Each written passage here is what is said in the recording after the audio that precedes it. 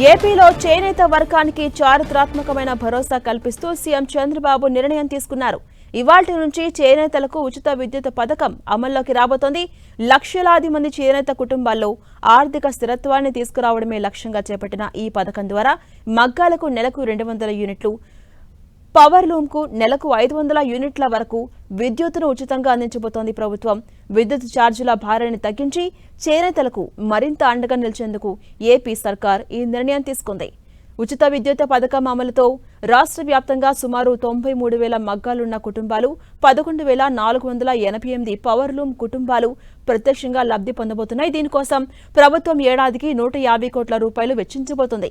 ఈ రాయితీ ద్వారా ఒక్కో చేనేత కార్మికుని కుటుంబానికి ఏడాదికి 8,640 రూపాయలు, అలాగే పవర్ లూమ్ యూనిట్లకు ఏడాదికి 21,600 రూపాయల వరకు ఆర్థిక వెసులుబాటు కలుగుతుంది.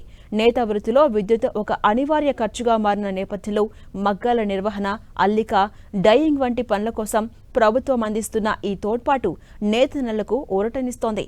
సంక్షోభంలో ఉన్న చేనేత రంగాన్ని గట్టెక్కించేందుకు ఏపీ ప్రభుత్వం నేతన్నలకు ఇచ్చే పెన్షన్ను 4,000 రూపాయలకు పెంచింది.